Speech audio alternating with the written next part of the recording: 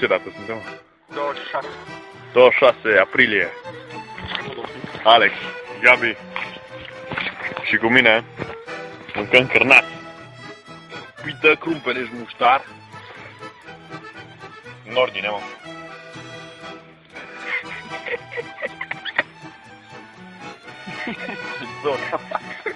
Ia două fuga cu mașina asta, nu știu.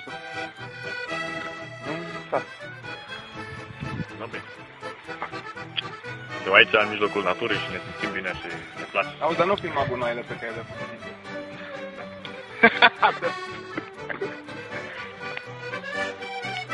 Bă, filmează steagul, mă.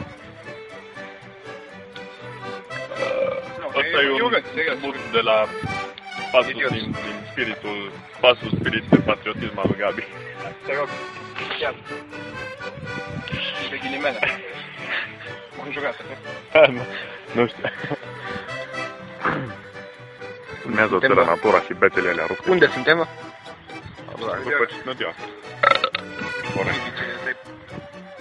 La Părău îi zice zil. Părău argint. Zil, băi, mă.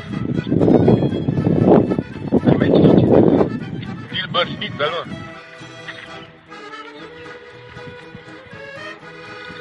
Sau mergem pe jos?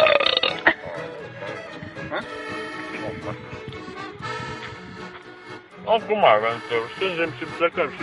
Păi numai 12. Trebuie să-și adune ăsta, buruieni. Am bine, mă duc.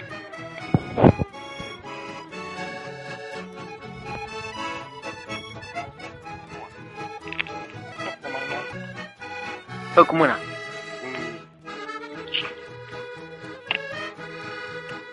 Bun.